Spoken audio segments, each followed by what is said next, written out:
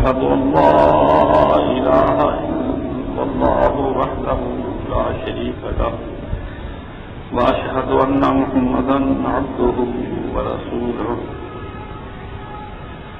أما بعد فإن خير الحديث كتاب الله وخير الهدي هدي محمد صلى الله عليه وسلم وشر الأمور محدثاتها وكل محدثة بدعة وكل بدعة ضلالة وكل ضلالة في النار.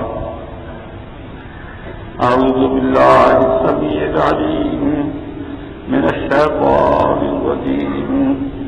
بسم الله الرحمن الرحيم. وهو القاهر فوق عباده يرسل عليكم حفظه حتى إذا جاء أحدكم الموت توفته رسلنا وهم لا يفرطون ثم ردوا إلى الله مولاهم الحق ألا له الحكم وهو أسرع الحاسبين.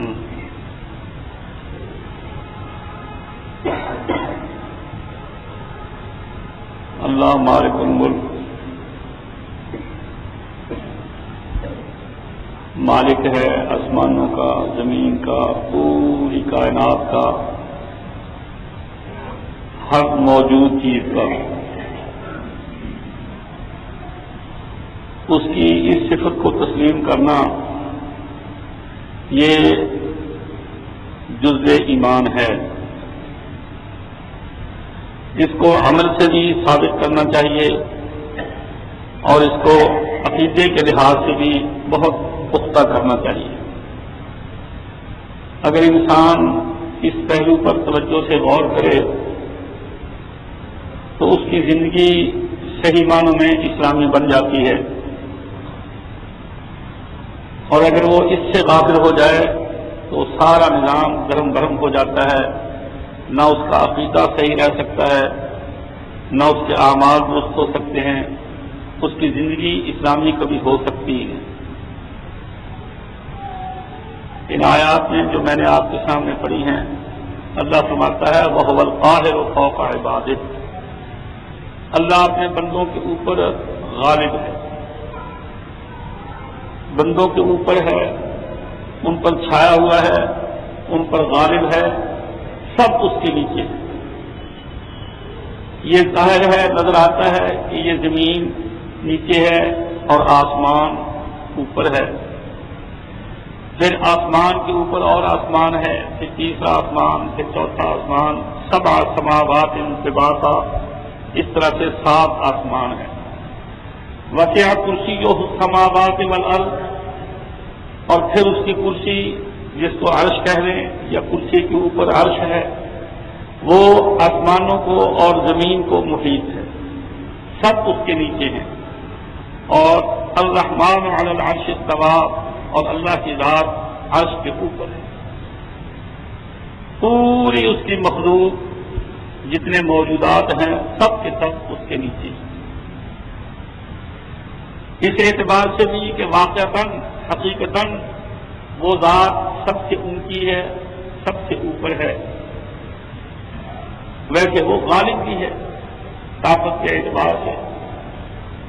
یہ دنیا میں تو ہو سکتا ہے کہ ایک آدمی بڑا ہو لیکن اس کی چلتی نہ ہو، اس کی کوئی بات مانتا ہی نہ ہو، اس سے کوئی ڈرتا ہی نہ ہو، بلکہ وہ لوگوں سے ڈرتا ہو. لیکن اللہ ویسے بھی اوپر ہے اور سب پر غالب ہے. کوئی اس کے سامنے دم نہیں مار سکتا. وہ آن کی آن میں جس کو چاہے زیر کر دے. اور قرآن مجید نے یہ بیان کیا ہے وَمَا مِن دَابَّةٍ إِلَّا هُوَ آخِذٌ بِنَاصِيَتِهَا. ہر چلنے پھرنے والا جتنے جاندار ہیں سب کی پیشانی پر اللہ کا ہاتھ ہے. جب چاہے اس کو جھٹک دے، جب چاہے اس کو پٹک دے، اس کو نیچے گرا دے. تو فرمایا وہ کلی طور پر مالک ہے، اس نے مخلوق پیدا کی ہے اور ان پر انسانوں کو اللہ نے سب سے اونچا درجہ دیا ہے. اور ان پر اللہ اپنے نگران بھیجتا رہتا ہے جو انسان کی حفاظت کرتے ہیں، ورنہ انسان کے دشمن تھوڑے ہیں، کیڑے مکوڑے، سانپ بچھو کے جن کس قدر طاقتور مخلوق ہے، انسان کو ایک لمحے کے لیے بھی نہ چھوڑے، فوراً ختم کر دیں۔ لیکن وَإِنَّ عَلَيْكُمْ لَحَافِظِينَ، اللہ کے پہرے دار، اللہ نے جو انتظام کر رکھا ہے، يَحْفَظُونَهُ مِنْ أَمْرِ اللَّهِ، وہ اللہ کے امر سے، اللہ کے حکم سے انسان کی حفاظت کرتے ہیں، اور انسان بچا ہوا ہے، چل رہا ہے اپنی حکمرانی جو اللہ تعالیٰ چاہتا ہے انسانوں کو دنیا پر دیتا ہے، اور وہ سب پر غالب ہیں، چھائے ہوئے ہیں۔ یہی فرشتے انسان کی حفاظت کرتے ہیں، اور جب اللہ تعالیٰ کو منظور ہوتا ہے انسان کو اٹھا لینا، اس کو موت دینا، تو اللہ اپنے فرشتوں کو بھیجتا ہے، وہ اس کی جان نکال لیتے ہیں۔ حتی اذا جاء احدکم الموت، جب تم میں سے کسی کو موت آتی ہے، توفتہ رسولنا، ہمارے فرشتے اس کو فوت کرتے ہیں، اس کی جان نکالتے ہیں۔ وہم لا یفرطون، اور وہ کسر نہیں چھوڑتے۔ یہ نہیں کہ کوئی رشوت دے دے یا ان کو اپنے طور پر کسی پر ترس آ جائے، وہ کسی سے اپنا گٹھ جوڑ کر لیں، کسی سے نرمی کریں، کسی سے سختی کریں، نہیں، جیسا اللہ کا حکم ہوتا ہے پوری طرح سے ویسے ہی کام کرتے ہیں۔ اگر تکلیف دے کر جان نکالنا حکم ہے تو ویسے کرتے ہیں، اور اگر یہ ہے کہ نہیں اس کے ساتھ نرمی کرنا ہے تو ویسے کرتے ہیں۔ اپنی طرف سے وہ کوئی کوتاہی نہیں کرتے، اللہ کے حکم کے تحت بالکل ویسے ہی کام کرتے ہیں۔ پھر کیا ہوتا ہے؟ موت کے بعد ثم ردوا الی اللہ مولاہم الحق، اللہ کی طرف لوٹائے جاتے ہیں جو ان کا سچا مولا ہے۔ جب تک اللہ چاہتا ہے انسان اس زمین پر چلتا پھرتا ہے، زندہ ہے، رہتا ہے، کھاتا ہے، حکومت کرتا ہے، اور جب اللہ کو منظور ہوتا ہے اللہ اپنے فرشتوں کو بھیج کر اس کو بلوا لیتا ہے، اس کی زندگی کو ختم کر دیتا ہے، جس کو ہم موت کہتے ہیں۔ تو فرمایا تم نے دیکھ لیا، الا لہ الحکم، اسی کی چلتی ہے، زندہ رکھنا بھی اس کی مرضی سے ہے اور موت بھی اس کے حکم سے۔ بادشاہ بھی وہ ہے، مالک بھی وہ ہے، اس لیے اس کا حکم ماننا یہ عین فطرت ہے، تمہاری سلامتی ہے، اور اسی کو اسلام کہتے ہیں۔ الا لہ الحکم، سن لو، چلتی اسی کی ہے، حکم اسی کے لیے ہے، اسی کو لائق ہے، اور کسی کو حکم دینا جگتا نہیں۔ تھوڑی دیر کے بعد وہ مر جاتا ہے، اب جو چاہے اس کے ساتھ ہو۔ چنانچہ تاریخ بتاتی ہے کہ بادشاہ مر گئے اور ان کی لاشوں کے ساتھ لوگوں نے وہ برا سلوک کیا کہ جس کا انسان تصور بھی نہیں کر سکتا۔ ان کی ملکاؤں کے ساتھ جو ان کی بیگمات تھیں، لوگوں نے زنا کی مردہ کے ساتھ، یہ ان کی کمزوری کی علامت ہے۔ لیکن اللہ کی ذات سب سے اعلیٰ، نہ اسے نیند کا خطرہ، نہ اونگ کا سوال، نہ موت کا سوال، نہ کمزوری کا سوال، نہ بڑھاپے کا سوال، نہ بغاوت کا خطرہ۔ مخلوق اتنی ہو، فرشتے ہی فرشتے ہوں، جن ہی جن ہوں، سارے انسان ہوں، کوئی خدا کے ساتھ دھوکہ نہیں کر سکتا، خدا کے خلاف بغاوت نہیں کر سکتا۔ وہ آن کی آن میں سب کو ختم کر دے، وہ آن کی آن میں ویسے ہی اور پیدا کر دے، یہ اس کی شان ہے۔ وَهُوَ أَسْرَعُ الْحَاسِبِينَ، فرمایا موت آ جاتی ہے، میں بلا لیتا ہوں، میرے سامنے پیش ہوتے ہیں، وَهُوَ أَسْرَعُ الْحَاسِبِينَ، اور وہ سب سے جلدی حساب لینے والا ہے۔ سنا اتنا کیا، کھا کر کیا کیا؟ سوچ لو، یہ سوال کتنا اہم سوال ہے۔ ہم مزے سے کھاتے ہیں، ٹھنڈا پانی پیتے ہیں، اعلیٰ سے اعلیٰ کھانے کھاتے ہیں، پتہ نہیں کیا کچھ ہم کھا جاتے ہیں، لیکن کبھی سوچا کہ اس کا حساب کیسے ہوگا؟ دیکھو، حساب آسان کرنے کے لیے آدمی ایک گڑ سمجھ لے، یہ طے کر لے کہ اس کی نافرمانی نہیں کرنی، سمجھو حساب پورا ہو گیا۔ اگر انسان یہ فیصلہ کر لے کہ اللہ کی نافرمانی نہیں کرنی، جو اس کا حکم آئے حق المقدور، جتنی اس نے طاقت دی ہے اس کو ماننا ہے، اس کی نافرمانی نہیں کرنی، سمجھو کہ آپ نے جو کھایا پیا، جو نعمتیں آپ نے اٹھائیں، جو عیش و عشرت کیا، سب کا حساب جو ہے پورا ہو گیا، آپ بچ گئے، آپ حساب میں پاس ہو گئے۔ اور اگر اپنی مرضی شروع کر دی، کبھی آپ اپنے 24 گھنٹے کی زندگی میں، جب کہ آپ گھر میں ہوں، دکان پہ ہوں، سڑک پر ہوں، کرسی پہ بیٹھے ہوں، چلے جا رہے ہوں، کسی حالت میں ہوں، اپنے آپ کو روک کر یہ پوچھا کریں کہ تو کیا کر رہا ہے، خدا تو اس سے ناراض تو نہیں ہوگا؟ بس سمجھو کہ آپ مسلمان ہو۔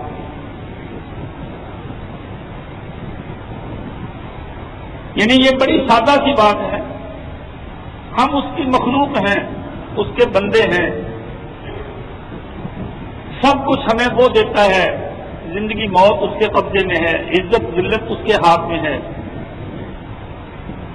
اس کی نافرمانی کرنا بہت بڑی نحوست ہے، بدبختی ہے، کوئی اچھی علامت نہیں ہے۔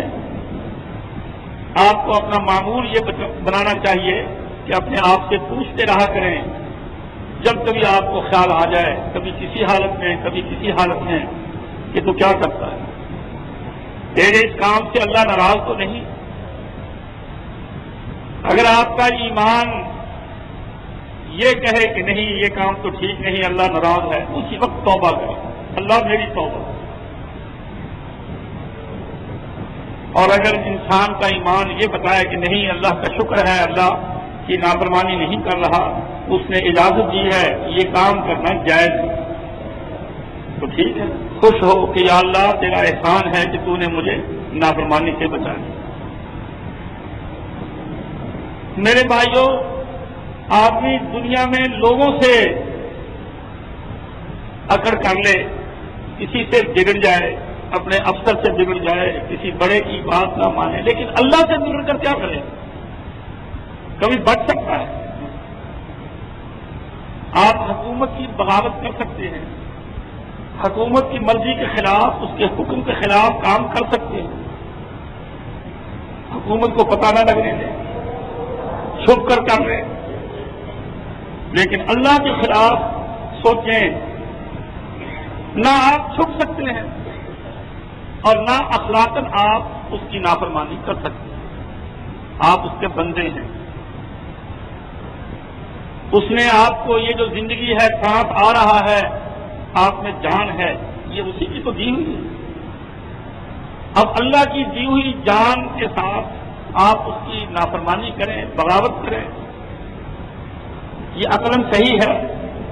آپ کا دل مانتا ہے کہ اتنا بڑا محسن ہو، اتنا بڑا مہربان ہو، اور آپ اس کے خلاف حرکت کریں؟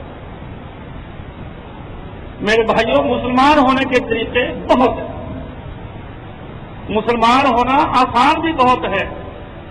اب یہ جیسے میں نے آپ کو بتایا،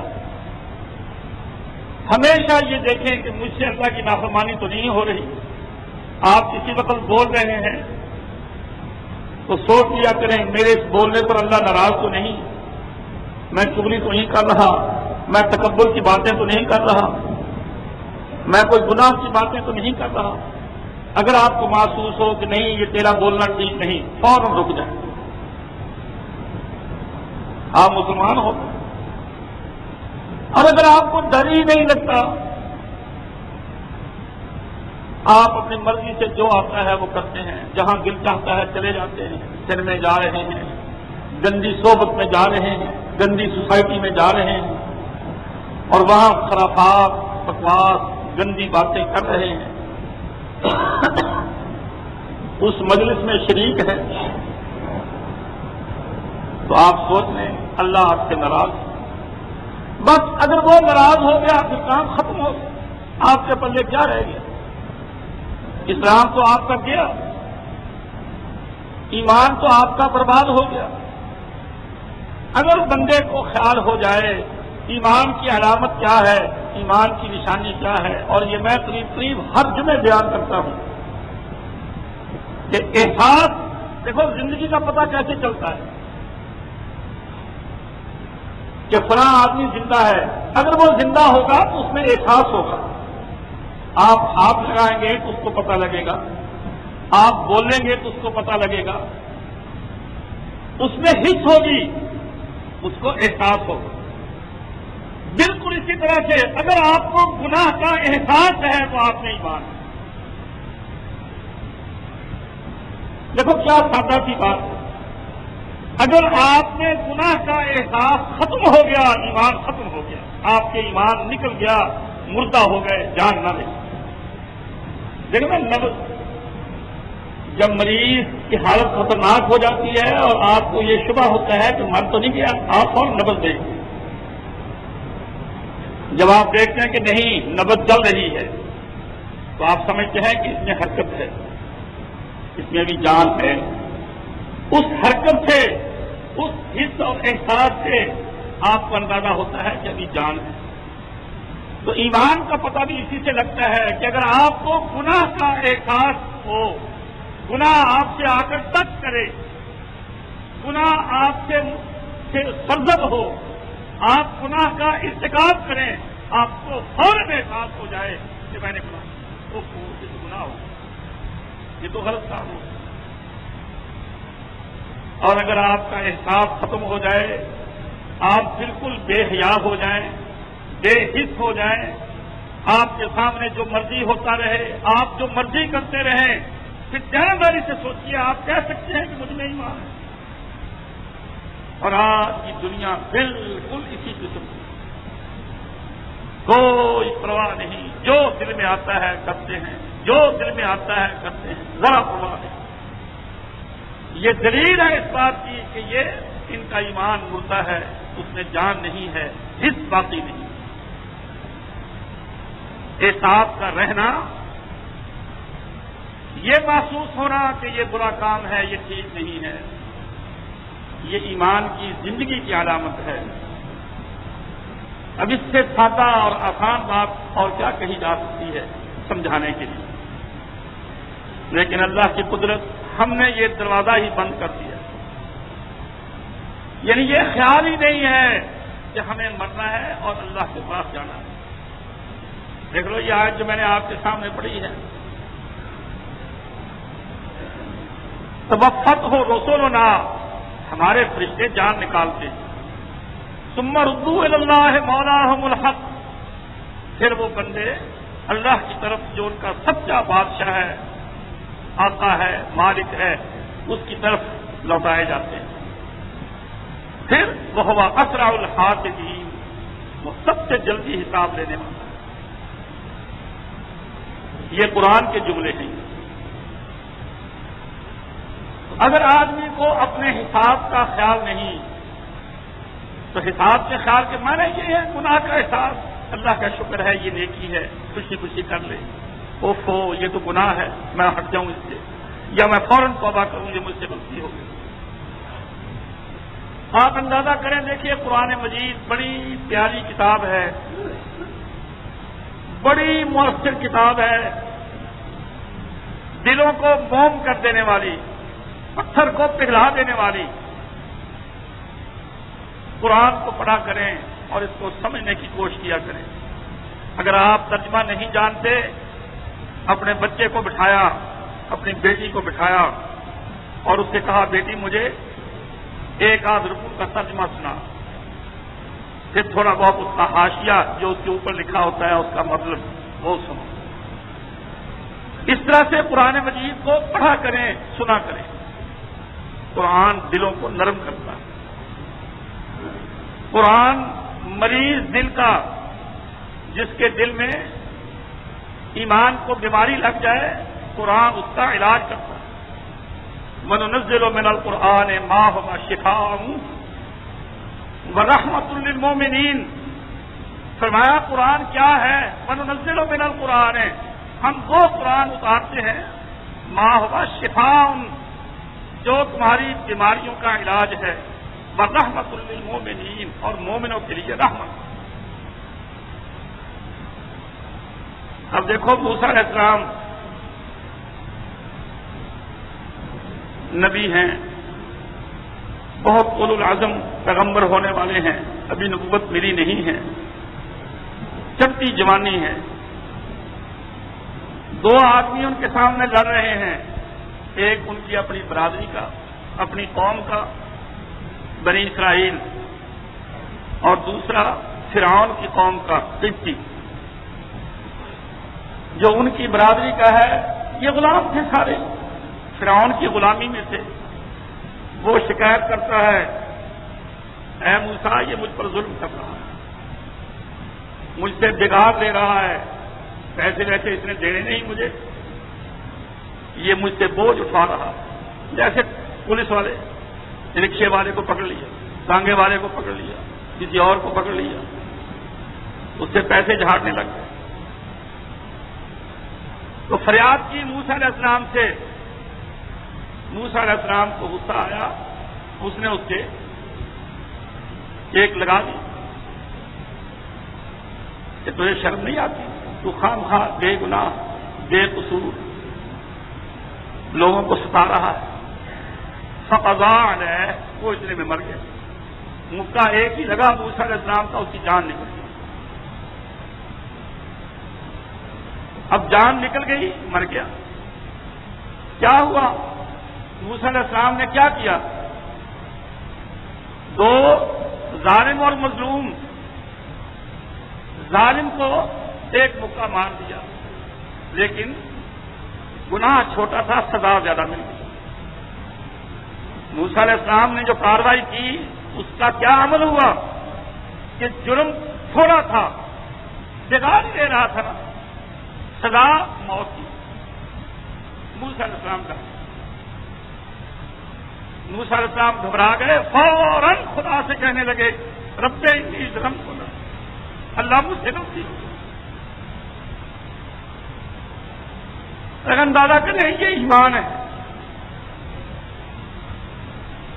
ارادہ بد نہیں، کوئی گناہ کی نیت نہیں، صرف عام روٹین میں ایک کام ہو رہا ہے، انہوں نے اس کو مکہ مارا،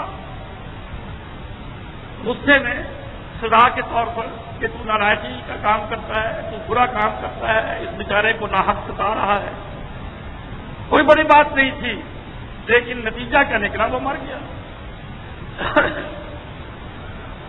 تو موسیٰ علیہ السلام کو مان یہ خیال آ، دیکھو حساب کیسا چل رہا ہے ذہن میں، فوراً کہنے لگے رب انی ظلمت نفسی، سب سے اللہ مجھ سے غلطی ہو گئی ہے، مجھے بخش دو۔ انہ هو الغفور الرحیم فغفر لہ، اللہ کہتا ہے کیونکہ بہت نیک بندہ تھا، صاحباً اس سے یہ کام ہو گیا، ساتھ ہی کہہ دیا فغفر لہ، اللہ نے بخش دیا۔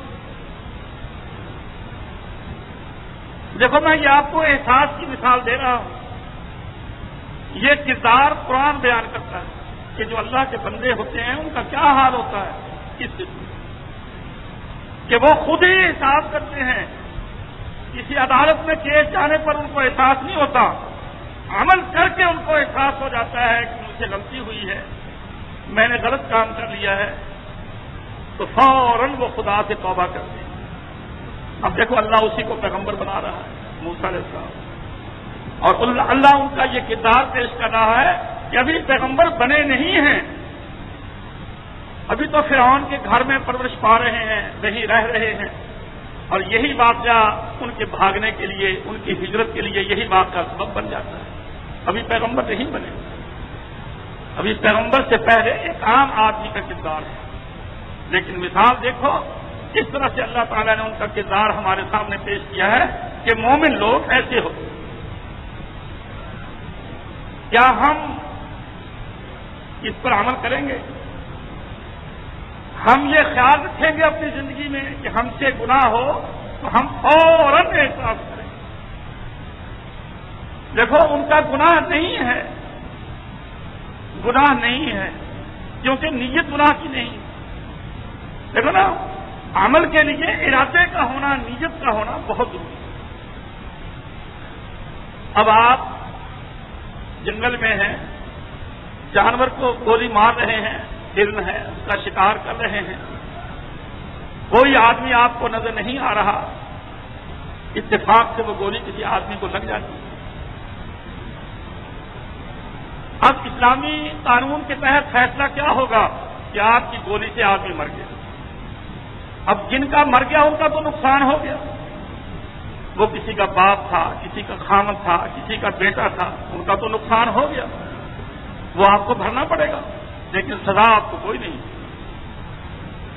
کہ آپ کو پھانسی دیا جائے، آپ کو قتل کیا جائے، آپ کو قید کیا جائے، نہیں، کوئی نہیں، بس اس کی قیمت دے دیں، بس صاف ہے وہاں۔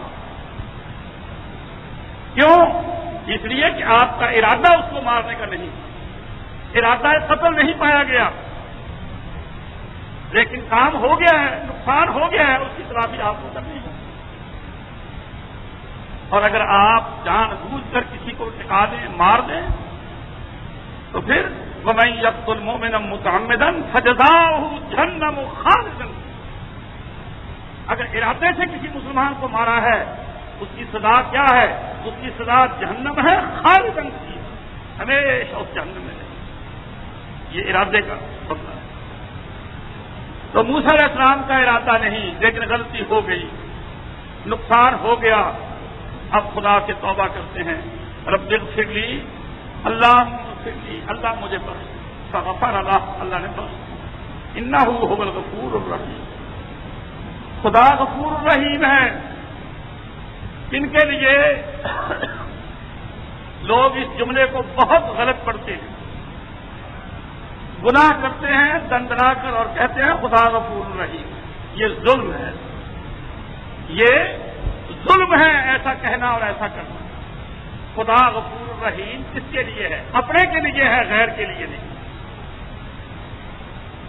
خدا غفور الرحیم کس کے لیے ہے؟ جو اس سے ڈرتا ہے اور جو گناہ کی پرواہ نہیں کرتا، خدا بالکل غفور الرحیم۔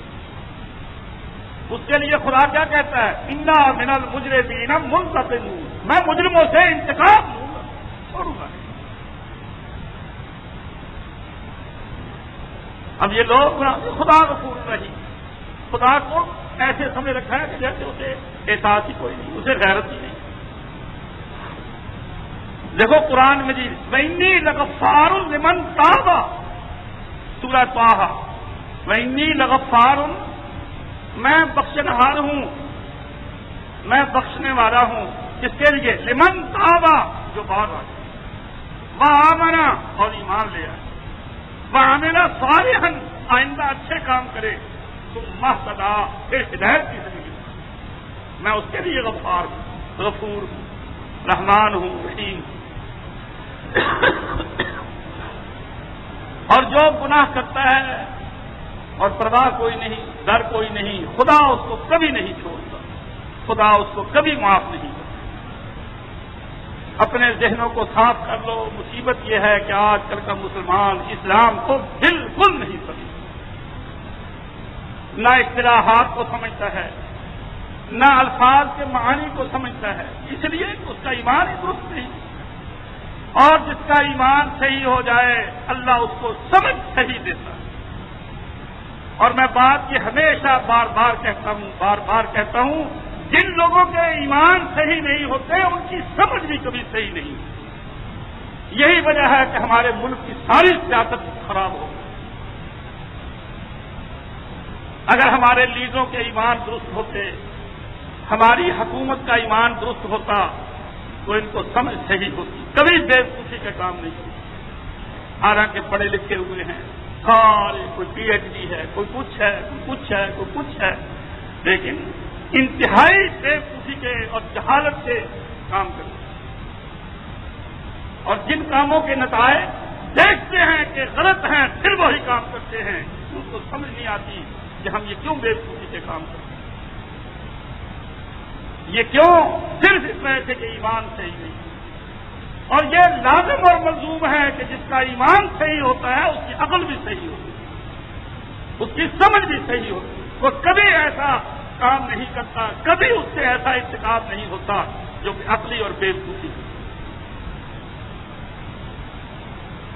اب یہ میں نے موسیٰ علیہ السلام کا کردار آپ کے سامنے رکھا ہے کہ یوسف علیہ، دیکھو نا یہ قصے ہیں جو قرآن مجید نے بیان کیے ہیں، یہ کیریکٹرز ہیں، یہ اسلامی کیریکٹر ہیں کہ اگر کوئی مسلمان بننا چاہے تو اس کو کیسا بننا چاہیے؟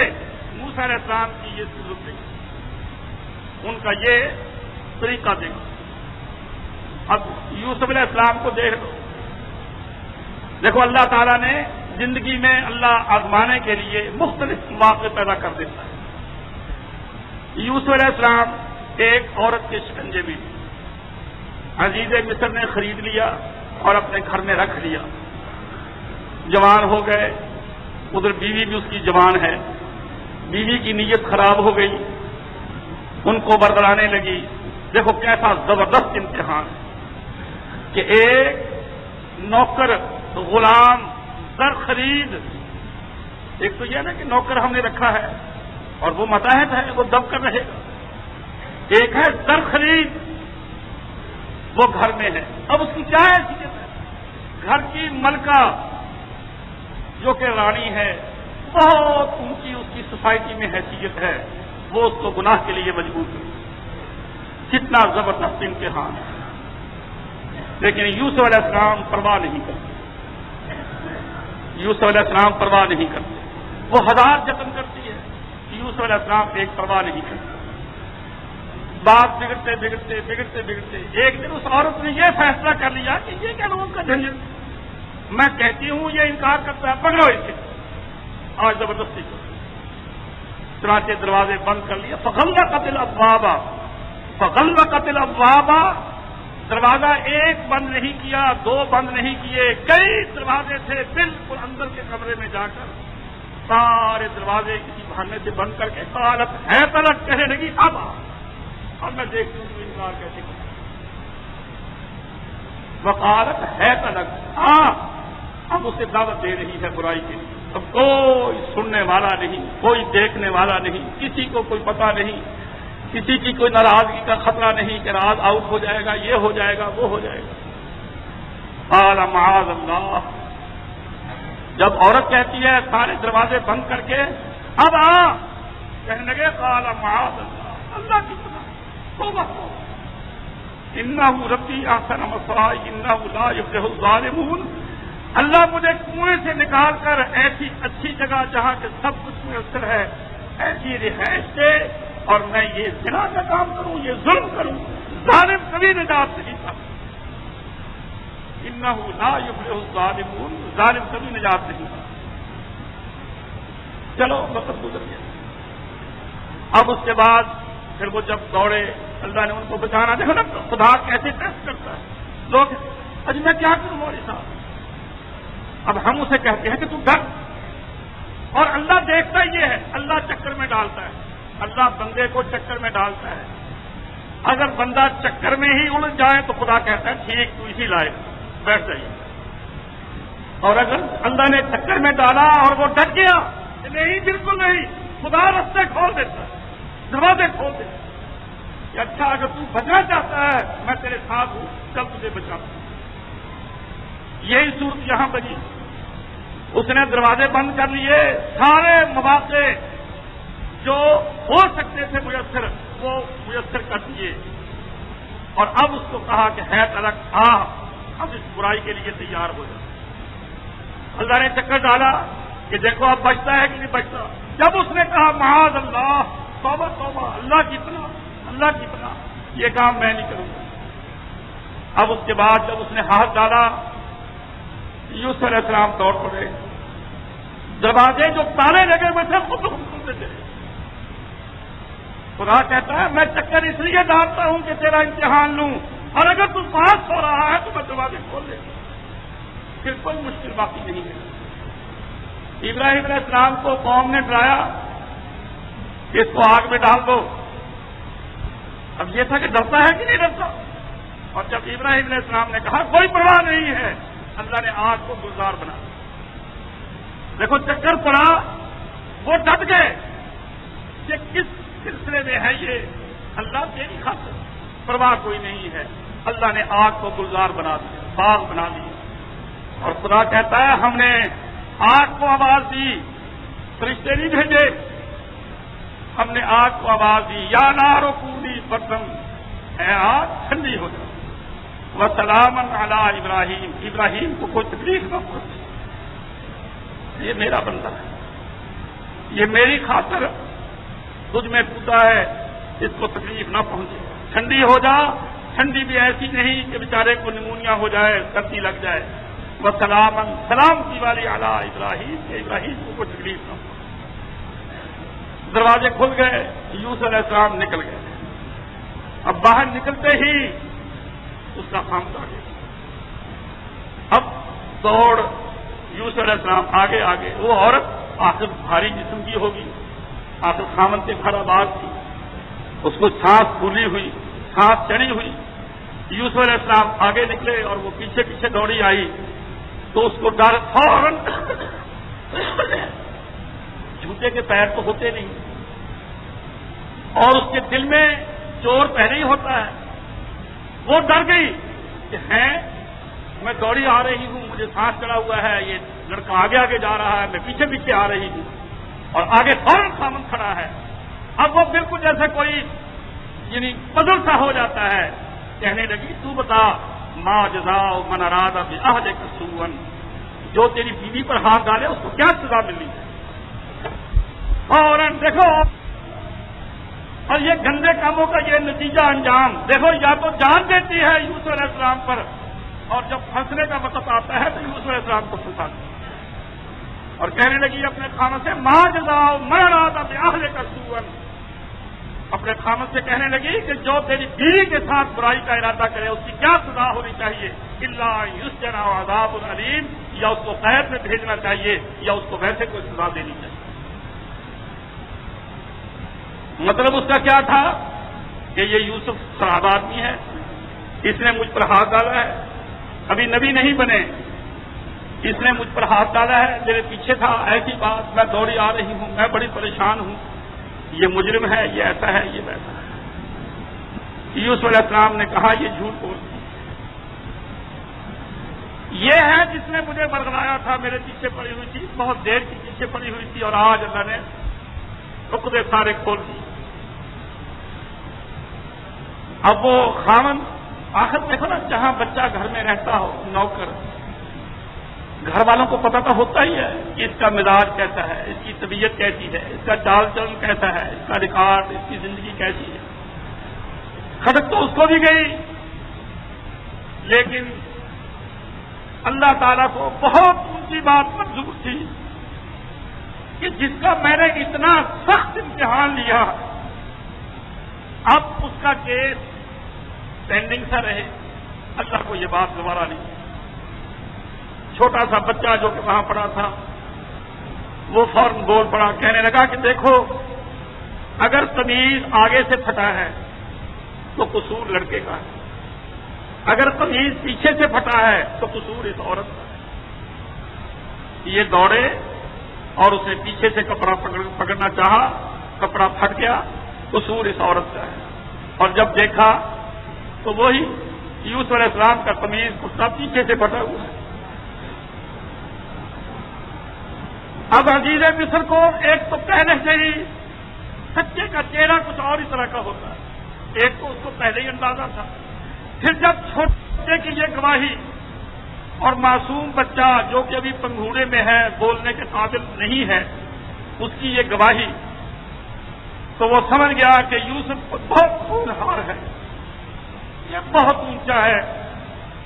فوراً کہنے لگا اپنی بیوی سے کہ انہ من کیدکن، یہ سب تیری شرارت ہے، اور یوسف علیہ السلام سے کہنے لگا یوسف اعرض عن ھذا، یوسف چھوڑ ان باتوں، تو اپنے دل میں کوئی ملال نہ لا کہ یہ عورت کیسی گندی ہے، سانس بھی تجھے رہی ہے اور الزام بھی تجھ پر لگا رہی ہے، یوسف اعرض عن ھذا، یوسف چھوڑ اس بات کو، تو اس کو اپنے دل میں نہ لا۔ اور بیوی سے کہنے لگا واستغفری لذنبک، تو قصوروار ہے، تو معافی مانگ، انک کنت من الخاطئین، قصور تیرا۔ اب ظاہر بات ہے کہ جب یہ ایک آخری ٹرائل ہو گئی اب پھر وہ بھی رک گئی کہ یہ مارنے والا تو ہے نہیں، میرے ہاتھ سے چلے گئے. لیکن یہ بات پھیلتے پھیلتے سارے شہر میں پھیل گئی. جتنے جرنیل تھے ان کی جو بیگمات تھی ان میں اور وزراء کی بیگمات میں گھر گھر باتیں ہونے لگی، گھر گھر باتیں ہونے لگی کہ عزیز مصر کی بیوی کو دیکھو اپنے غلام پر ہی ریجھ گئی، اسی پر ہی عاشق ہو گئی. قد شغفہا حبا، وہ تو دیوانی ہوئی پھرتی ہے اس لڑکے کی. یوسف علیہ السلام والا وہ معاملہ تو کچھ ٹھنڈا پڑ گیا، وہ نا امید ہو گئی. لیکن اب یہ جو چرچا ہو رہا ہے سارے شہر میں، اس کی اس کو بڑی پریشانی ہوئی. تھی تو بڑی زیرت، بڑی دانا، بڑی تیز. آخر عزیز مصر یعنی یوں سمجھ لو کہ وزیر اعلیٰ کی یا وزیر اعظم کی بیوی تھی. اس نے سوچا کہ اچھا یہ جو بیگمات گھروں میں بیٹھی باتیں کرتی ہیں ذرا ان کا بھی ٹیسٹ تو لے لوں کہ ان میں کتنی جان ہے. چنانچہ سب کی دعوت پارٹی رکھ پیغام بھیج دیا گھر گھر کہ بھئی تمہاری پارٹی ہے، تمہاری دعوت ہے، آؤ. اب انہیں کیا پتا کہ بات اصل میں کیا ہے. ویسے ان کو یہ شوق تو ضرور ہوگا کہ چلو اس کو دیکھو تو صحیح وہ لڑکا ہے کیسا جس پر وہ جان دے رہی. آ گئی ساری. وَآتَتْ لَهُنَّ مُتَّكَأً، ان کے لیے بہترین اس نے پارٹی تیار کی.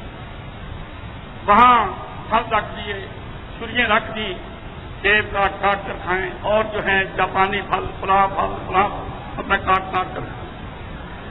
اور ادھر یوسف علیہ السلام کی پہلے کو ڈیوٹی لگا دی کمرے میں، یہ چیز تیار کر، یہ چیز تیار کر، یہ چیز تیار کر.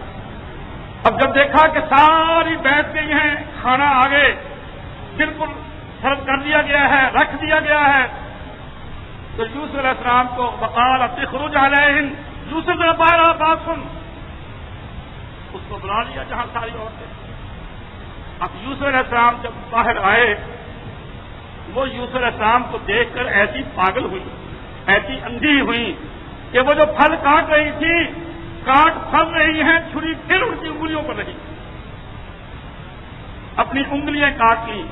اس بے ہوشی میں یوسف علیہ السلام کے حسن سے وہ ایسی اندھی ہوئی، ان کی آنکھیں سجھائیں کہ انہیں یہ پتہ نہ لگا کہ ہم پھل کاٹ رہے ہیں یا ہم اپنے ہاتھ کاٹ رہے ہیں.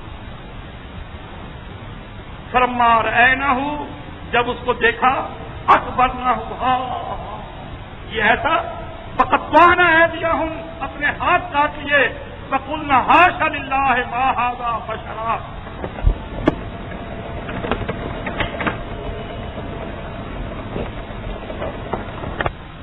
مصر کی بیوی سچی ہے جو اس پر عاشق ہو گئی ہے، جان دے رہی ہے، یہ بالکل صحیح. تو اس نے کہا جب دیکھا کہ ان کا یہ حال ہو گیا ہے، اب وہ کہنے لگی، وہ عزیز مصر کی بیوی کہنے لگی، سمجھ آئی بات تمہارے؟ اب بھی مجھے کوسو گی، مجھے کہو گی کہ یہ اپنے غلام پر عاشق ہو گئی ہے. وہ سب کہنے لگی کہ بات تو بالکل ٹھیک، لیکن اب وہ ان عورتوں سے کہتی ہے کہ میں نے اسے اتنا مجبور کیا لیکن یہ پہلے کہنے لگا ہی. دیکھو کیسی بریت ہو رہی ہے. اصل جو چیز ہے وہ یہ کہ امتحان کتنا سخت ہے. وہ خود کہہ رہی ہے کہ میں نے اس کو بڑا مجبور کیا، پھنستا تھا لیکن یہ پھنستا ہی رہا، میرے اڈے چلا نہیں. ارے یوسف بابا بابا جو یہ کہتی ہے تو مان دے. اب اندازہ کر لیں، یعنی یہ قرآن میں بیان کرتا ہے. وہ عورتیں ساری بیگمات، جرنیلوں کی بیویاں، وزیروں کی بیویاں، افسروں کی بیویاں، ساری سفارش کرتی ہیں کہ تو اس کی بات مان لے. کیوں انکار کرتا ہے؟ اب دیکھو امتحان دوسری طرح کا. یوسف علیہ السلام کے کیریکٹر کو دیکھو، ان کے ایمان کو دیکھو. تو قرآن کوئی معاشرے کی کتاب نہیں ہے، قرآن عشقوں کی کتاب نہیں ہے، قرآن قصے کہانیوں کی کتاب نہیں ہے، قرآن تو ہدی للمتقین، ہدایت کی کتاب ہے. لیکن اس کی ضرورت ہے کہ لوگوں کے سامنے کیریکٹر پیش ہو کہ مسلمان کا کیریکٹر کیسا ہو.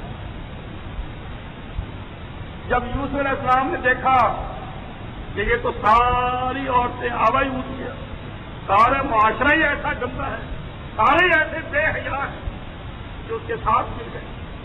وہ بھی ساری عورتیں یہی کہتی ہیں کہ تو اس کے ساتھ مل جا، بات کر دے، جیسے یہ چاہتی ہے ویسے کر. ورنہ دیکھ اگر تو باز نہ آیا تو تجھے پھر جیل بھیج دے گی. یہ ملکہ ہے، اس کا خامد بہت بڑا افسر ہے، تجھے سزا ملے گی، تجھے کوڑے لگیں گے، تجھے جیل بھیج دیں گے، تجھے یہ ہو جائے گا، تجھے یہ ہو جائے گا. اس کو دھمکی دی وَلَئِن لَّمْ يَفْعَلْ مَا آمُرُهُ لَيُسْجَنَنَّ وَلَيَكُونَ مِنَ الصَّاغِرِينَ. وہ کہنے لگی عزیزی مصر کی بیوی کہ اس نے مجھے بڑا ذلیل کیا ہے، میں بدنام بھی ہوئی اور کام بھی نہ بنا. اگر اس نے میری نہ مانی لَيُسْجَنَنَّ، یہ جیل بھیجا جائے گا اور ذلیل ہوگا، میں اس کو رسوا کر کے چھوڑوں. عورتیں بھی ساتھ مل گئی. اب یوسف علیہ السلام کیا کہتے ہیں؟ دیکھو سارا معاشرہ بگڑ گیا. ہم ہوتے تو کیا کہتے ہیں؟ جب سارے ایسے تو میں کیا کرتا، میں بھی لگ گیا.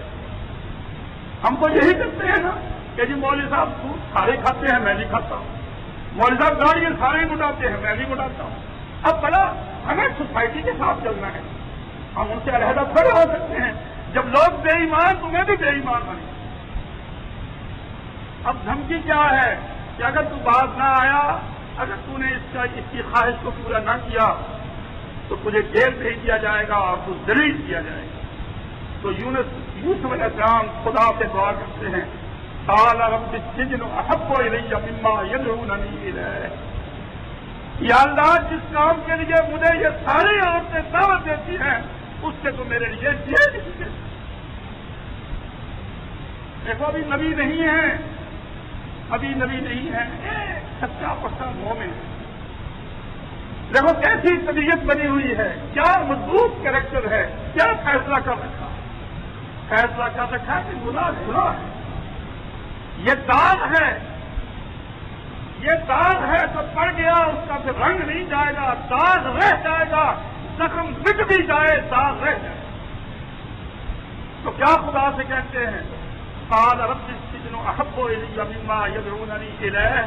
یا اللہ جس کام کی یہ سب عورتیں مجھے دعوت دے رہی ہیں اس سے تو جیل ہی دے. اور پھر خدا سے کیا کہتے ہیں؟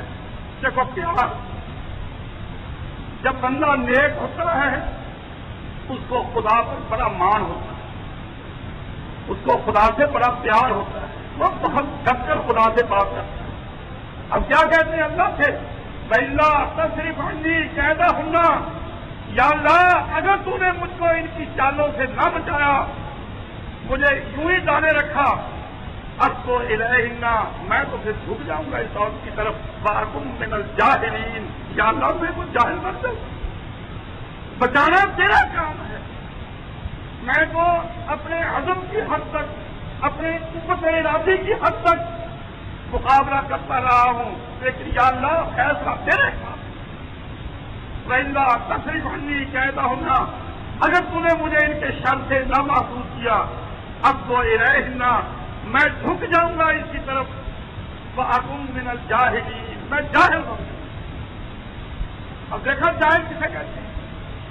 یہ جاہل پتہ بھی ہو کہ یہ گناہ ہے پھر کا نام یہ جاہل. ایک جہالت ہوتی ہے علم کے مقابلے میں، ایک جہالت ہوتی ہے ایمان اور عقل کے مقابلے. اللہ اگر تو نے مجھے اس سے نہ بچایا میں گناہ کر بیٹھوں گا، میں جاہل بن جاؤں گا. آپ نے اندازہ کیا کہ پیغمبر کے معصوم ہونے کے معنی کیا ہوتے ہیں؟ پیغمبر کے معصوم ہونے کے معنی یہ نہیں ہوتے کہ پیغمبر مرد ہوتا ہے گناہ کر نہیں سکتا. معصوم ہونے کے معنی یہ ہوتے ہیں کہ پیغمبر اس کام کے کرنے کے لائق ہوتا ہے لیکن اللہ بچاتا ہے. دیکھو یوسف علیہ السلام کیا کہہ رہے ہیں؟ یا اللہ اگر تو نے نہ بچایا میں ہو جاؤں، آخر بندہ ہی ہونا. وَإِلَّا تَصْرِفْ عَنِّي كَيْدَهُنَّ أَصْبُ إِلَيْهِنَّ وَأَكُن مِّنَ الْجَاهِلِينَ. اگر تو نے مجھے نہ بچایا تو میں تو ادھر جھک جاؤں گا اور میں جاہل بن جاؤں گا. فَاسْتَجَابَ لَهُ رَبُّهُ، اللہ نے اس کی دعا قبول کر لی. فَاسْتَجَابَ لَهُ رَبُّهُ، اللہ نے اس کی دعا قبول کر لی. فَصَرَفَ عَنْهُ كَيْدَهُنَّ، اللہ نے جو ان کی چالیں تھیں کہ روزانہ دباؤ، روزانہ پریشر، پہلے ایک کا ہوتا تھا اب ساری دیکھ بات. اللہ تعالیٰ فرماتے ہیں کہ ہم نے پھر اس کی امداد کی. کیا کیا؟ اب گھر گھر باتیں ہو رہی ہیں. عزیز مصر نے سوچا کہ یہ تو میری بڑی رسوائی ہے، میری بیوی کی بڑی بدنامی ہے، اس کو جیل دی. پھر لوگوں کو یہ اندازہ ہو جائے گا کہ قصور اس لڑکے کا تھا، بیوی کا کوئی قصور نہیں. انہوں نے جیل دی، جان چھوٹ. بظاہر جرم فرض اس پر لگائی گئی تاکہ بیوی کی عزت محفوظ ہو جائے، بدنامی دور ہو جائے. جیل یوسف علیہ السلام کو بھیج دیا. لیکن چونکہ یوسف علیہ السلام نے کہا تھا کہ یا اللہ ان کوٹھیوں سے جن میں زنا ہو مجھے پھیر کرنا دیتا. اور ہم رشتے کہاں دیکھتے ہیں لڑکیوں کے؟ ہم لڑکیوں کے رشتے دینے سے پہلے کوٹھی دیکھتے ہیں. یہ نہیں دیکھتے کہ یہاں وہ جو کوٹھی والا ہے وہ کیسا ہے، کیسا گندا ماحول ہوتا ہے، بے دینی ہے. یہ نام ایک قربانی. یوسف علیہ السلام کوٹھیوں میں رہتے ہوئے کہتے ہیں یا اللہ ان کوٹھیوں سے تو دیکھ دے، شاید کھانا دے. فرعون کی بیوی فرعون کے گھر میں رہتی ہے، وہ ایمان والی ہے، اور فرعون بدماش عیاش سب گناہ. کہنے لگی رب ابن لی عندک بیتا فی الجنۃ ونجنی من فرعون وعملہ. یا اللہ مجھے ان کوٹھیوں سے نجات دلا، یا اللہ مجھے فرعون سے نجات دلا، یا اللہ اس کے کام مجھے اچھے نہیں لگتے، اللہ مجھے ان جگہوں سے نجات دلا اور میرے لیے اپنے پاس ہی گھر بنا. چنانچہ فرعون نے بیچاری مار مار کر مار دی. تو میں سمجھا یہ رہا تھا آپ کو، آپ مسلمان ہیں؟ ہر ایک کہتا ہوگا کہ ہاں ہیں. پھر میں آپ کو یہ بتا رہا ہوں کہ اگر آپ مسلمان ہیں تو اپنے اسلام کو چیک کیا کریں. میٹر لگا کر چیک کیا کریں کہ میں واقعتاً مسلمان ہوں یا صرف اس وجہ سے مسلمان ہوں کہ میرا باپ مسلمان ہے، میں پاکستان کا باشندہ ہوں. ویسے یقین جانیں یہ میں مذاق نہیں کر رہا، یہ حقیقت ہے کہ پاکستانی مسلمان کیسا مسلمان ہے؟ صرف اس لیے کہ پاکستان میں رہتا. کیسا مسلمان ہے؟ اس لیے کہ اس کے ماں باپ مسلمان ہیں. وہ اسلام لایا نہیں. ہم اسلام لائے نہیں، ہم پیدائشی مسلمان ہیں. اور پیدائشی مسلمان نہیں ہوتا. پیدائشی مسلمان نہیں ہوتا. مسلمان وہ ہوتا ہے جو اسلام لاتا ہے، جو اسلام کو قبول کرتا ہے، جو اسلام کو سمجھ کر اختیار کرتا ہے کہ یا اللہ میں یہ لینے کے لیے تیار ہوں. اور ہم نے کبھی اسلام کو ہاتھ نہیں ڈالا کہ یا اللہ یہ اسلام کا بخشا مجھے دے دے، میں اس کو سنبھال لوں. ہم نے خدا سے اسلام دیا نہیں. ہم قدرتی مسلمان ہیں، ہم پیدائشی مسلمان، اور پیدائشی مسلمان نہیں. اگر آپ مسلمان ہیں اور آپ یہ دیکھنا چاہتے ہیں کہ آپ واقعتاً مسلمان ہیں تو پھر آپ یہ دیکھا کریں کہ گناہ کا وقت آ جائے. اگر آپ کو گناہ کا احساس ہوتا ہے تو سمجھو کہ آپ کا اسلام زندہ ہے، ورنہ اسلام ہوتا ہے.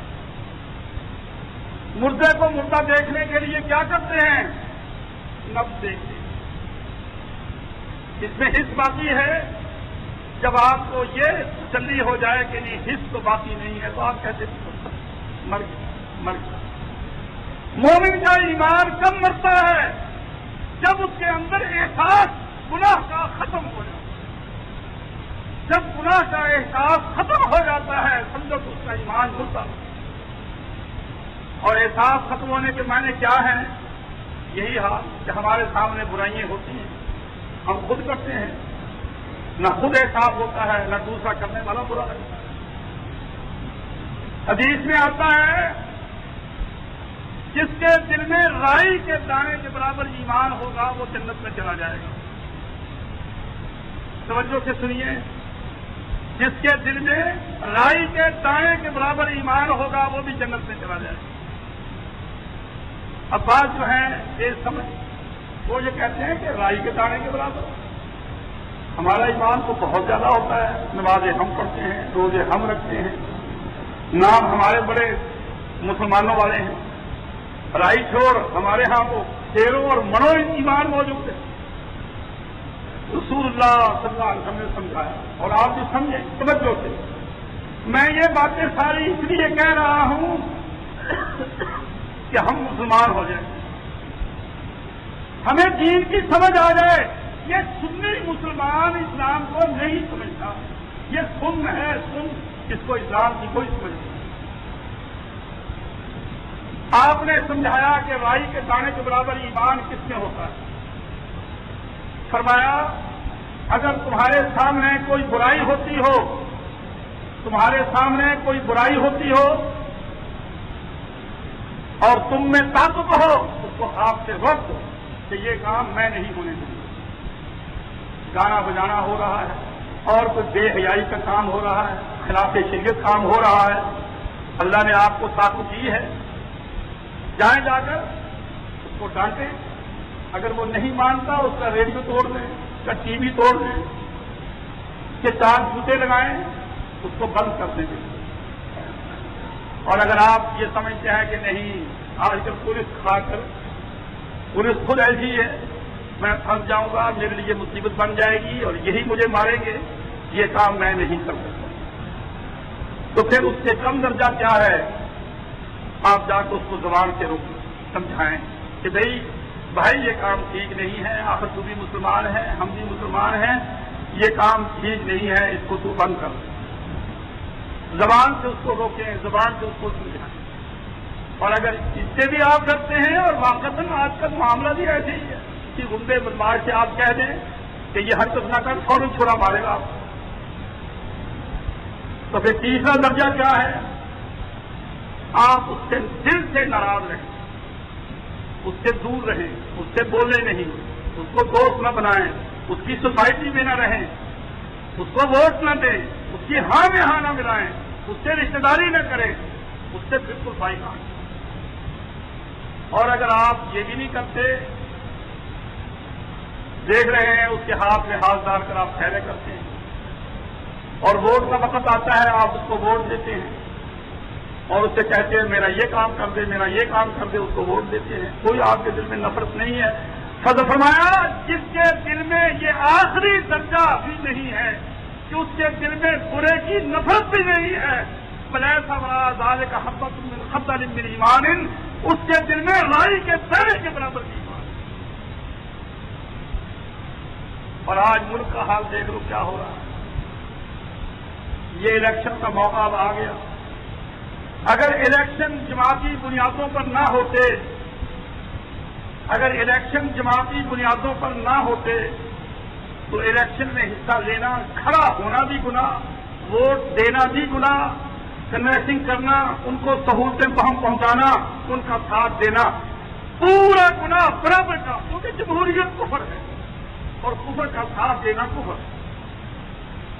لیکن جب جماعتی بنیادوں پر الیکشن کا مسئلہ طے ہو گیا کہ جماعتیں الیکشن لڑ رہی ہیں, اب جماعتوں میں پیپل پارٹی کی ایک جماعت ہے سب گندے, ہاں مسلم لیگ والے ہوں یا دوسرے ہوں یا تیسرے ہوں, دین ایمان کہیں نہیں ہے.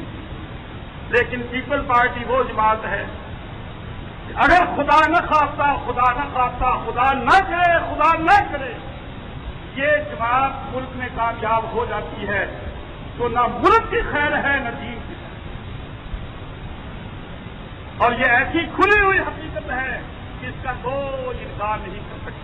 یہ 2 عورتیں بڑکی ہوئی پھر رہی ہیں, انتقام انتقام انتقام.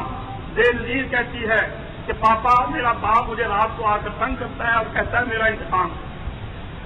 اگر یہ کامیاب ہو جائیں تو انہوں نے حکومت نہیں کرنا, ملک کو نہیں چلانا, انہوں نے چن چن کر بدلے لینے ہیں کہ کون کیسا ہے اس کو صاف کرنا. اور پھر یہ انہوں نے فیصلہ کر لیا ہے کہ پاکستان کا نام بجائے اسلامی جمہوریہ پاکستان کے, اس کا نام کیا ہوگا, عوامی جمہوریہ پاکستان. ایسی پلانٹ کو ہوتا والا یہ کھول دیا جائے گا تاکہ سب, ایران کیا, امریکہ کیا, روس کیا, انڈیا کا, سب آئے, یعنی وہ بھی ختم. حدود آرڈیننس جو سیاہ نے جاری کیا تھا, جو کاغذات میں آ گیا تھا, شاید کبھی اس پر عمل بھی ہو جاتا, اس کو بھی ختم کر دیں. کھل کر کفر کی باتیں ہو رہی ہیں. اب ایسی جماعت کو ووٹ دینا کفر کی کھلی اعانت ہے. اگر یہ جماعت آ جائے نہ ملک رہے گا اور نہ مسلمان اسلام کا نام و نشان رہے گا. ایسی جماعت کو ہرانا دینی فریضہ ہے. اگر جماعتی بنیادوں پر الیکشن نہ ہوتے اس میں حصہ لینا ناجائز تھا. خواہ کوئی اہل حدیث کھڑا ہوتا یا غیر اہل حدیث بالکل ووٹ دینا جائز نہیں. لیکن اب ووٹ نہ دینا کہ یہ نظام کافرانہ نظام ہے, ہم اس سے الگ تھلگ رہیں گے, یہ پیپل پارٹی کی امداد ہے. اور پیپل پارٹی کی امداد عین کفر کی امداد ہے, کفر کو مسلط کرتی ہے. یاد رکھو, اس ملک میں رہتے ہوئے آپ کبھی یہاں کی سیاست سے لا تعلق نہیں رہ سکتے کہ آپ چپ رہیں جس کی مرضی آ جائے. اگر آپ کی نالائکی سے, آپ کی اعانت سے, آپ کے تعاون سے یہ عورتیں ہم پر مسلط ہو جائیں اور اس نظام پر خدا کے رسول نے فرمایا وہ قوم بھی کبھی نجات پا سکتی ہے جس کی حاکم, جس کی بادشاہ عورت ہو, تو خدا کو ہم کیا جواب دیں گے کہ یا اللہ یہ عورتیں ہم نے مسلط کی. اس لیے اپنے ایمان کو بچانے کے لیے اب اس الیکشن میں حصہ لینا اور نیت یہ رکھنا کہ پیپل پارٹی کو ہرانا ہے. خدا کرے کہ پیپل پارٹی کامیاب نہ ہو, اس ملک میں مسلط نہ ہو. اسلام نواز شریف بھی نہیں لائے گا, اسلام جنیدہ بھی نہیں لائے گا, اور اسلام ضیاء بھی نہیں لا سکا. لیکن ضیاء سے اور نواز شریف سے ملک کو خطرہ نہیں. یہ اپنی بدماشیاں کریں, اپنی عیاشیاں کریں, جو کچھ بھی کرتے رہیں, لیکن ملک کے دشمن نہیں ہے کہ ملک کا ہی سودا کر دے انڈیا یا روس کے ساتھ. لیکن پیپل پارٹی ایسی ہے کہ اگر یہ آ گئی تو ملک کا ہی سودا ہو جائے گا, سارے ملک کا بیڑا گرک ہو جائے گا. رہ گئے آزاد. اب وہ وقت نہیں ہے جب جماعتی بنیادوں پر الیکشن ہو رہا ہے. اب آزاد شخصیتوں کو دیکھ کر ووٹ دینا یہ بیوقوفی کی علامت ہے. یہ بالکل ایسی ہی بات ہے. پیپل پارٹی اور عوامی اتحاد یہ آپس میں دونوں لڑ رہے ہیں, ایک دوسرے کو مار رہے ہیں, لڑائی ہو رہی ہے. اور گولی کیا ہے؟ ووٹ. ووٹ سے لڑائی ہو رہی ہے. وہ پیپل پارٹی کو مارنا چاہتے ہیں, وہ اس پارٹی کو ہرانا چاہتے ہیں. اور جو آزاد کھڑا ہو گیا, مسلم مجید صاحب یا تابش الوری صاحب یا اور یہ طاہرہ خان یا اور جو کھڑے ہو گئے, تو یہ کیا کر رہے ہیں؟ یہ اتحادی کی پیٹھ میں چھڑا ٹھوک رہے. جو ووٹ اتحادی کو ملنا چاہیے تھا تاکہ پیپل پارٹی کا مقابلہ ہو جائے, یہ چھڑا ٹھوک کر پیچھے تھے, ان کو ڈاؤن کر رہے ہیں تاکہ وہ ہارے. اس لیے خوب سوچ لو, یہ وقت عام الیکشن کا وقت نہیں ہے کہ آپ اپنے کسی پسند کے آدمی کو ووٹ دے دیں. اگر پیپل پارٹی کے علاوہ باہر, پیپل پارٹی کے علاوہ باہر جس کی اعانت پیپل پارٹی کو انڈائریکٹ میں یا ڈائریکٹ وے میں اس کو ملے, اس کو ووٹ دینا یہ کفر کی بات ہے. اور یہ بات میں, حالانکہ یہ سیاست کی باتیں ہیں, یہ سیاست کی حد میں نہیں رہی. اب یہ بالکل دین کے رنگ میں آ گئی ہے.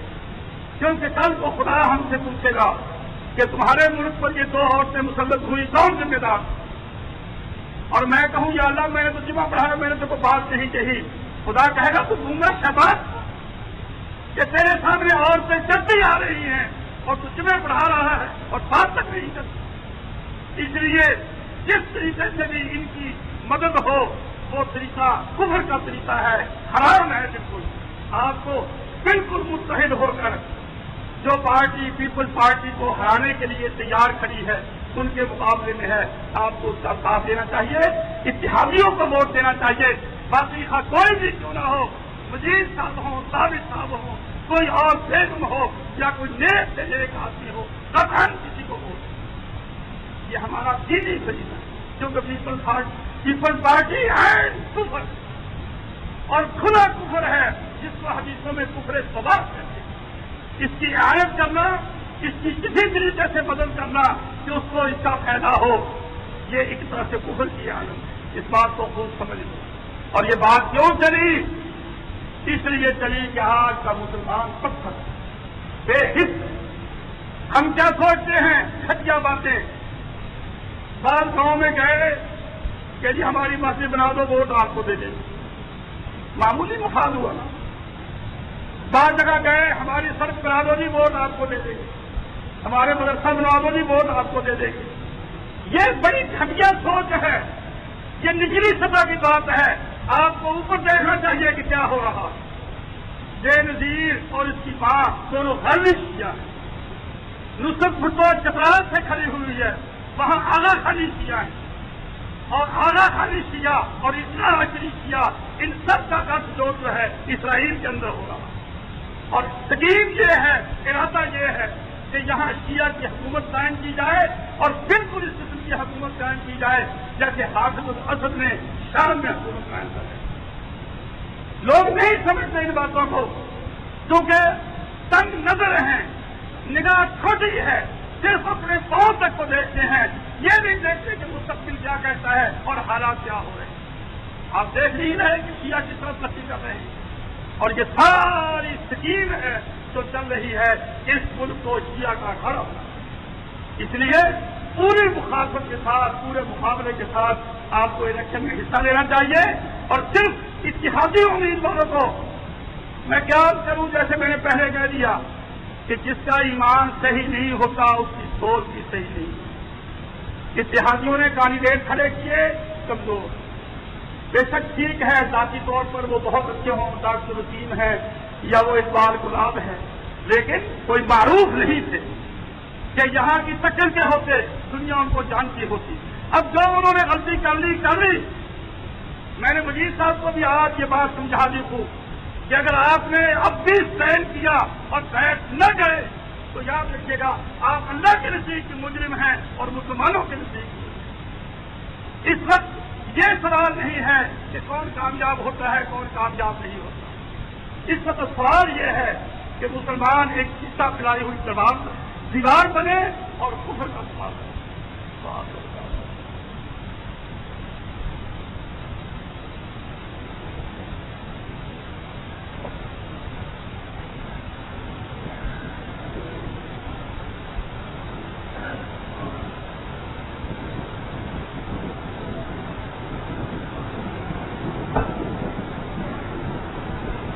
وعلى عباده الذين اصطفى.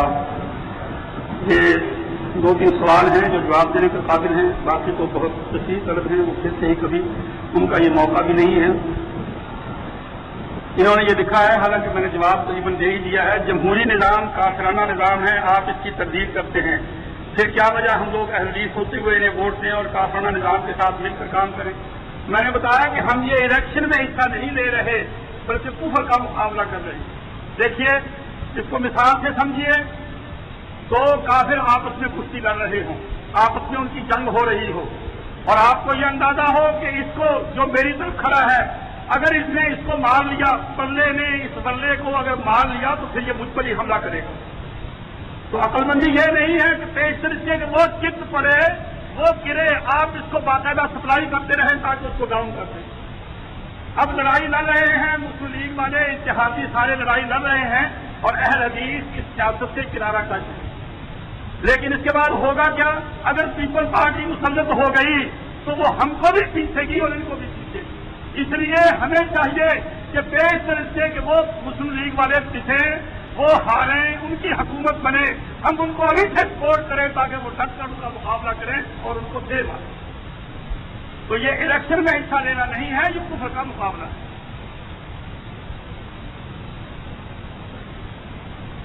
یہ ڈاکٹر خالد اپنی جماعت کے ایک نوجوان ہیں، یہ بیمار ہیں، ان کے لیے دعا کرنی ہے، انشاءاللہ نماز کی بات کرتے ہیں. یہ کہتے ہیں کہ کوئی عورت بیمار ہے، وہ ہسپتال میں ہے اور اس کو خون چاہیے اور +0 اس کا وہ بلڈ گروپ ہے، تو اگر آپ اس سلسلے میں کوئی کام کر سکتے ہیں تو کریں.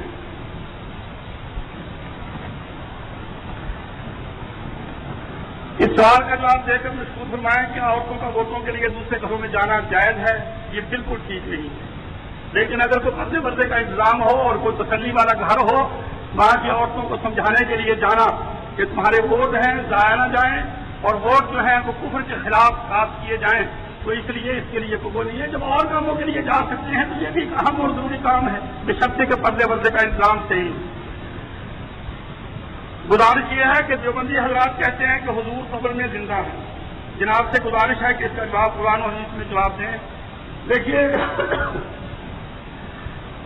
بعض باتوں کی دلیل کی ضرورت ہوتی ہے قرآن و حدیث سے، اور بعض باتوں کا تعلق مشاہدے سے ہے۔ اب اگر کوئی دیوبندی یا کوئی بریلوی کہے کہ حضور قبر میں زندہ ہیں، تو میں کہتا ہوں کہ اگر تمہیں یقین ہے تو سعودی حکومت سے درخواست دے دو کہ حضور کو زندہ ہے، ان کو باہر نکال دو، کیوں اندر بند کر رکھا؟ بریلوی مولوی یہ جرات کریں گے؟ اور پھر سوال یہ ہے کہ اگر وہ زندہ ہیں تو قبر میں جا کر مر گئے یا صحابہ نے زندہ کو ہی دفن کر دیا؟ عقل کی بات ہے۔ اس کو کیسے پتہ لگ گیا کہ زندہ ہیں؟ دیوبندیوں کو یا بریلویوں کو کیسے پتہ لگ گیا کہ زندہ ہیں؟ کیا زندہ کو ہی دفن کر دیا تھا صحابہ نے؟ اگر صحابہ نے دفن اتر کیا تھا جب فوت ہو گئے تھے تو پھر پتہ کیسے لگا کہ اب زندہ ہو گئے؟ اور پھر آپ بتائیے، خدا نہ کرے آپ کا بیٹا فوت ہو جائے، اس کو سکتے کی بیماری ہو جائے اور اس کو دفن کر دیا جائے اور ڈاکٹر کہیں کہ شاید وہ ہو، تو آپ کبھی چھوڑیں گے فوراً قبر کھول کر اپنے بیٹے کو نکال لیں گے؟ اگر یہ بات واقعتاً صحیح ہے کہ حضور قبر میں زندہ ہے تو میرے خیال میں فوراً نکال لینا چاہیے، دیر نہیں لگانی چاہیے، لیکن اس کی ضرورت بریلوی بھی کبھی نہیں کرے گا۔ اس کے معنی یہ ہے کہ ایسی باتیں جھگڑے بنے ہوئے ہیں جس کی کوئی حقیقت نہیں۔